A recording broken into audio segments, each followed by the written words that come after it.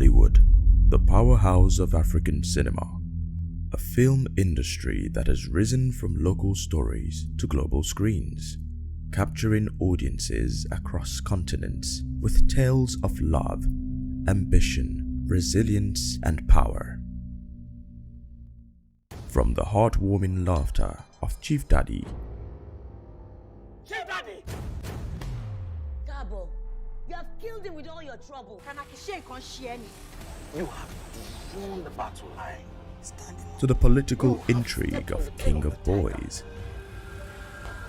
to the empowerment of Lionheart, Nollywood brings to life the stories of a nation, each film a piece of cultural history.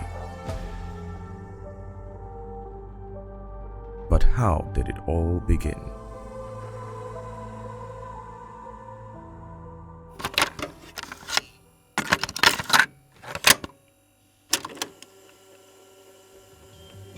Jonathan Haynes, a prominent Nollywood scholar, tells us that Living in Bondage can be called the first Nollywood film, a story rooted in horror and the supernatural.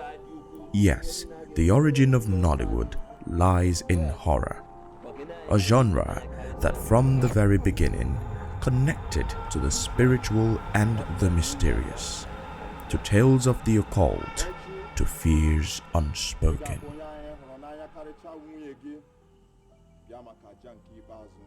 So, if horror marked the beginning of Nollywood, why today are the most popular and celebrated films far removed from horror? What happened to horror films in Nigeria? How did a genre that once held such power and promise begin to fade away?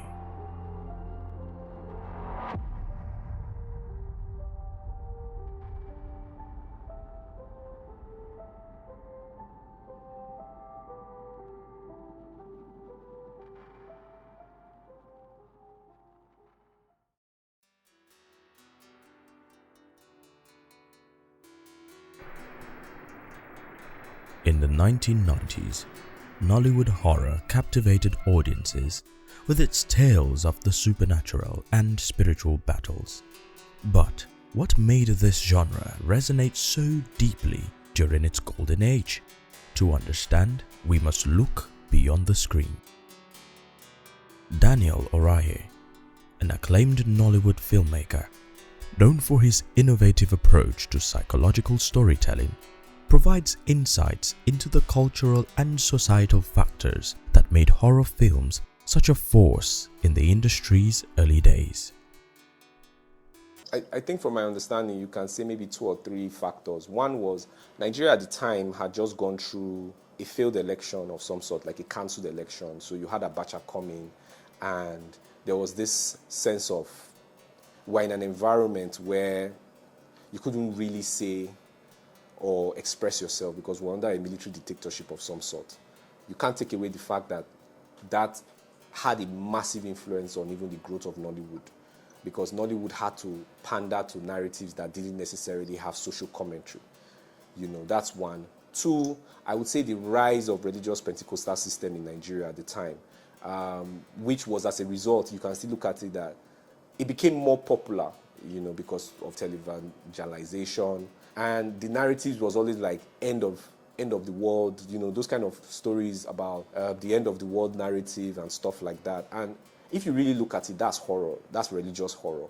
So you find out that a lot of the films dealt with people who, you know, sold their soul to the devil because they wanted wealth. And these are like end time narratives that people would sell their souls to the devil and stuff like that. So that became very popular in the Nollywood sphere.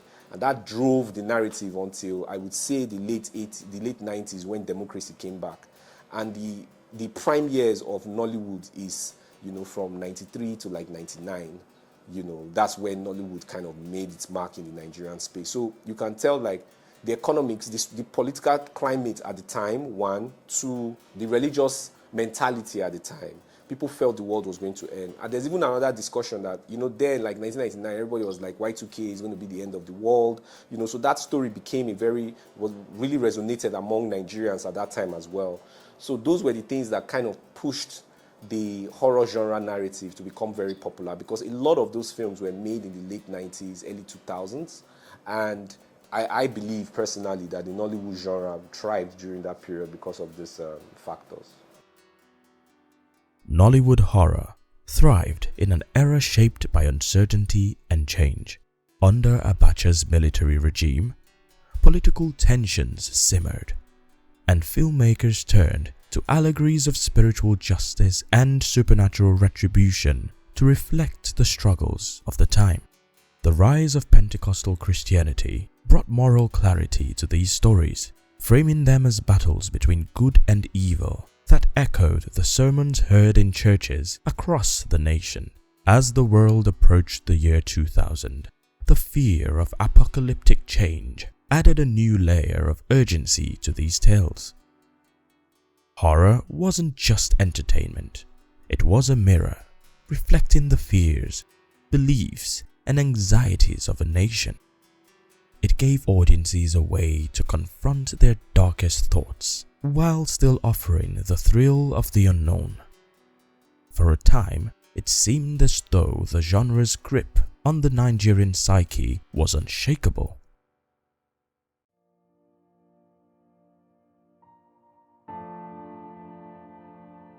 Horror was once a dominant force in Nollywood, a genre that thrilled audiences and defined a generation of films. But why did this once popular genre decline so rapidly? What changed in the industry and in the lives of its audiences to cause its fall?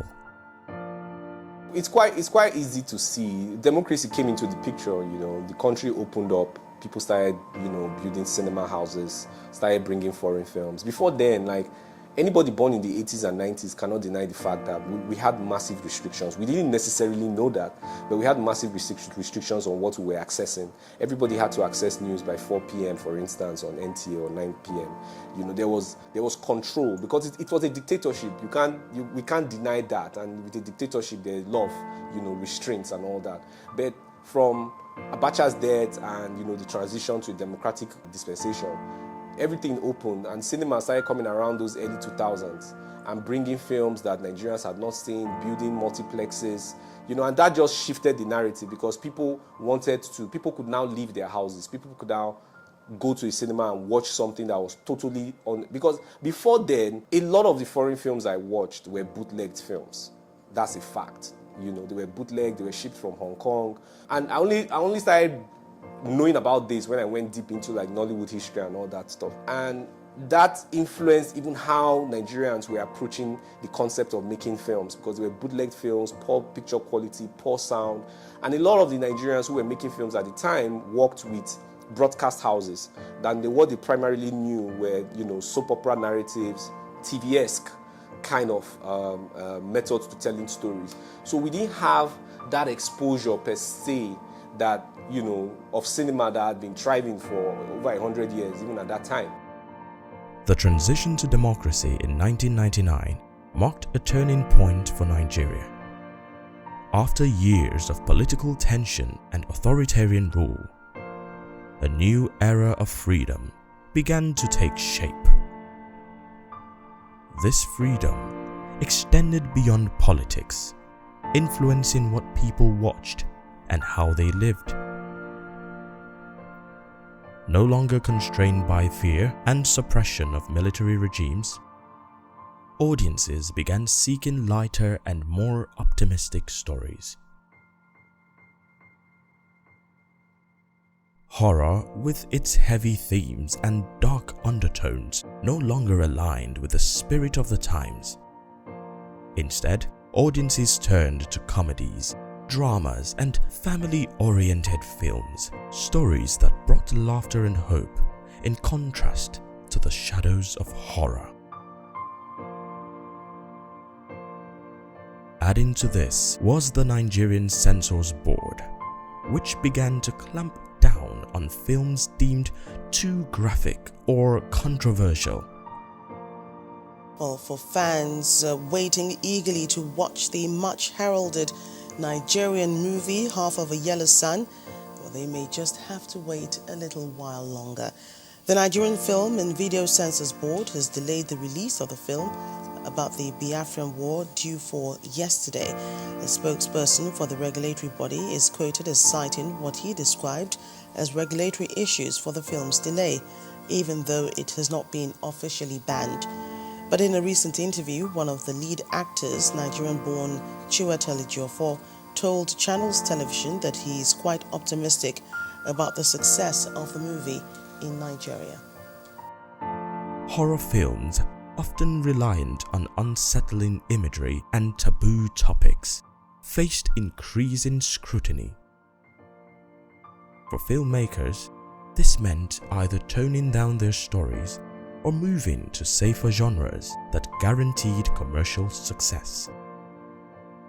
What had once been a genre of cultural and societal reflection was now struggling to find its place in a changing industry and a freer, more optimistic society.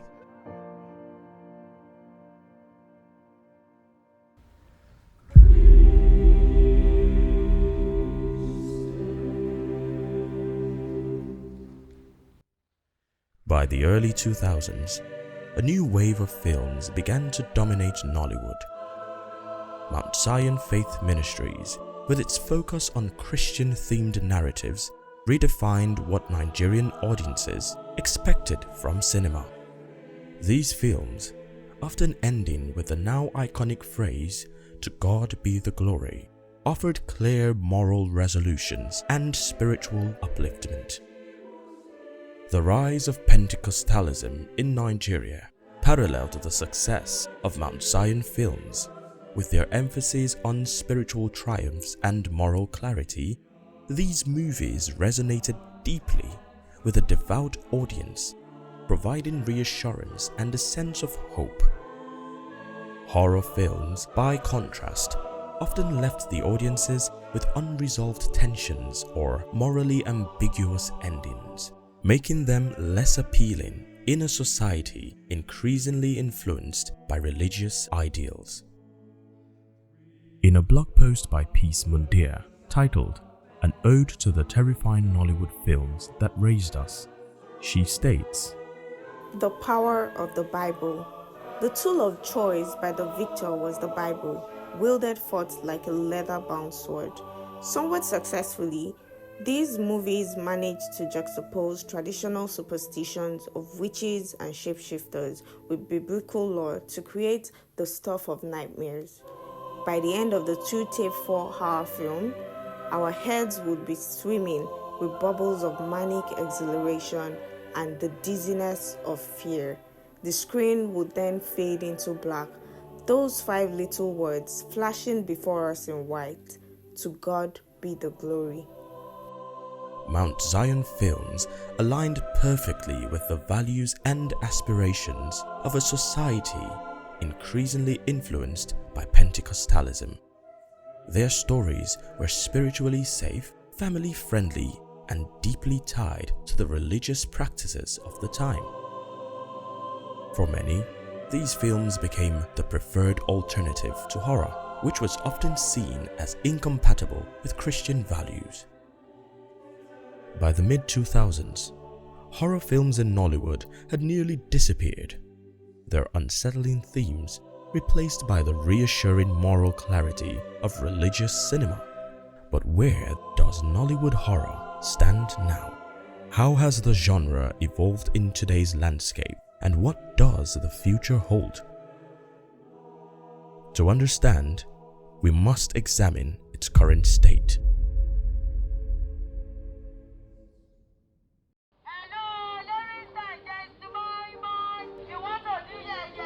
Today, Nollywood horror stands at a crossroads. As the Nigerian film industry continues to evolve, the genre finds itself competing with comedies, escapist films, and dramas that dominate the cinema landscape. But why has horror struggled to regain its once thriving audience? We are playing catch up right now, and you can see why the films that are thriving in the cinema space are not Nigerian films. Or you can have one like a Funke Akindele comedy, that does exceptionally well because it's escapism. However, beyond that, you are having Hollywood films doing very exceptional numbers, and it's just a result of the fact that we became more open to the world. We were now able to see what was being made, what was being released. I would even say the introduction of African magic, how that equally opened up the space, and people could see films from different perspectives, not just primarily horror genre. So that we just had this diversification of narratives, so to speak. And I think that was why we had that kind of transition. Escapist films, especially comedies, have become the dominant force in Nollywood today. They provide a much-needed break from the harsh realities of life, offering joy, laughter, and relatability. In contrast, horror's darker themes and emotional weight make it less appealing to audiences looking for comfort in their cinema experience. But is the decline of Nollywood horror purely about audience preference, or does technology play a role in shaping the genre's trajectory? I don't think technology plays a role. I think the decline of horror films in Nigeria is just as a result of escapism. People do not want to. It's now like an economic reality. The economic reality is that we're in a democratic dispensation. We can express ourselves, and we just choose what we want to see and what not to see. So, how do we sustain the horror genre in Nollywood? Can we adapt to the challenges and find ways to bring horror back to the forefront? And what does horror look like in Nollywood today?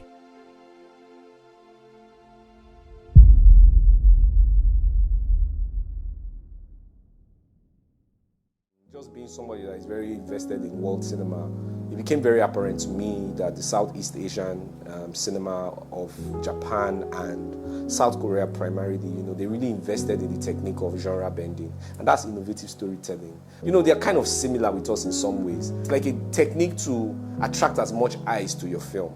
So if you start off as a comedy, and that was one film I watched, it's called The Audition. It's a Japanese film, and it's about a recent widower whose son suggests that he should, marry again because he's getting old and all that. And they do an audition, and he picks this very beautiful saint-like lady who happens to be a serial killer. And, she really messes up this guy. Like, she's dismembering him as he's alive and stuff like that. But the film starts off like a comedy. It starts off like comedy drama. Like, you think it's a romantic comedy, and suddenly there's a switch. And I really found that very, very, very disturbing and very, very innovative. So we as filmmakers, the onion is on us. The mantle is with us to create innovative ways to tell stories that can engage audiences. Like with The Weeknd, it starts off like a drama of some sort, like a family drama. Then it morphs into something else, and it morphs into a thriller at the end of the day. How do you do that balancing? I just think it's how do you write the script? And a lot of writers were so influenced by Hollywood cinema that our films are trying to aspire towards that. So one thing I did was I tried to expose the writers to Asian stuff and say, okay, let's watch one or two films. Let's see how, and they're like, oh wow, I didn't think about that and all that kind of stuff. So I think it's innovative storytelling techniques that we need to apply. Genre bending has proven to be a lifeline for many genres in Nollywood, including horror. By combining elements of horror with the popular genres, filmmakers have managed to keep the essence of horror alive while broadening its appeal. Films like Sylvia and the Figurine blend supernatural and psychological themes with relatable human drama, creating stories that are both thrilling and emotionally engaging. Living in Bondage, Breaking Free is another example of how genre bending can breathe new life into a story. By incorporating modern cinematography, dramatic tension, and relatable character arcs, the film successfully appeals to both fans of the original and a new generation of viewers. But beyond genre bending, The sustainability of Nollywood horror also lies in the role of streaming platforms and production houses. Platforms like Netflix and Amazon Prime have opened new avenues for Nigerian filmmakers, offering greater budgets, global visibility, and the opportunity to experiment with high-quality production techniques. Streaming platforms have created a space for Nigerian filmmakers to reimagine horror, breaking free from past constraints and reaching audiences far beyond Nigeria. Production houses like Ebony Life and Kemi Adetiba Visuals have also played a key role in elevating the technical and narrative standards for Nollywood films, making it possible for the horror genre to compete on a global stage. Through genre bending, streaming platforms, and the support of visionary production houses, Nollywood horror has the tools to find its footing again. The question remains, will the industry embrace these opportunities to revitalize a genre with so much potential?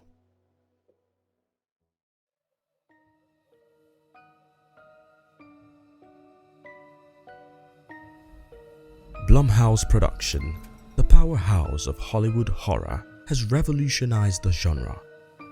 Known for creating some of the most iconic horror films of the 21st century, Blumhouse's formula combines compelling stories, innovative production techniques, and efficient budgets. From the films Get Out and Paranormal Activity, they've shown that with the right approach, horror can be both commercially successful and critically acclaimed. Before Blumhouse, you had other horror houses, In America, for instance, a horror film doesn't have the kind of distribution expanse that a contemporary mainstream film has. It has a smaller setup, and the goal for any horror film is to make it as cheap as possible and then make crazy money at the end. So all those dynamics, it didn't start today. We just need to be consistent in how we are orientating the audience. I feel that it's just very few filmmakers given the opportunities that will be able to do that. Ingmar Bergman is not the only Swedish filmmaker. Akira Kurosawa is not the only Japanese filmmaker. You know what I mean? But there are very few people that are able to really articulate cinema and utilize it to get attention universally. It's a place of hopefully we can continue to get opportunities, because we're quite a handful of filmmakers in this space that want to explore that genre, and we're just hoping that we can get more opportunities to do something like that. But could the success of a dedicated horror-focused production house like Blumhouse be replicated in Nigeria? If Nollywood had a studio solely focused on horror, could it help sustain and revitalize the genre? I think Trino to a large extent has been the most ambitious of them all, because they made The Weeknd and they made Sylvia. But one thing we all need to understand is that you need to be consistent. I always tell people it's consistency. So production houses, you can understand, economy is tough, so they would rather want to make a film that they are very sure that can be accessible to audiences and they can make their returns. However, it takes a high level of dedication and influence, to make a film. When that company stands out, you can say this is what this company does for a living. And for Trino, this is 10 years in the game for them. I think where they are now is that they're trying to find their voice as well. Because naturally, you don't just wake up in the morning and have a sense of what kind of films you want to make. That's the truth. It's over time you now start understanding that, this is the kind of filmmaker I am, these are the things I'm gravitating towards. And I think Trino is going through that transition as well, because the two films that have really put them out in the market are horror, psychological narratives that I made with them. So it's about time, it's about patience, it's about consistency, and most Nigerian houses would rather not, just because of the economy, they would rather not want to put themselves in that position. So it's just being audacious, and in my opinion, Trino Studios just seem to be the only studio at the moment in Nigeria that wants to give it that. They've kind of discovered now that the films that put them out there in the spotlight are, subversive, horror, genre-bending kind of narratives.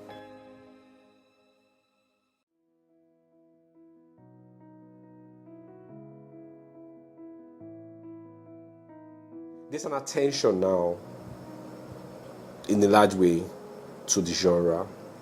And if we can just be consistent, like I said, consistency is key.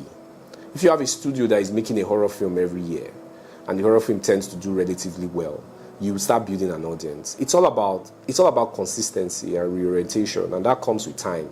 Like you mentioned Funke Akindele, the whole Jennifer dynamics is over 20 years old. And that's why she's successful, because she has been consistent. I think now there's this misconception that you can get really big once. And that's a lie. From Sylvia to The Weeknd took me 7 years. And 7 years is not a short time. And there might be another 7 years, who knows, before I make another film that has that kind of reputation. But what I'm just trying to say is that people have to understand that these things take time. And it's consistency. You know, the more consistent you are, the better for you.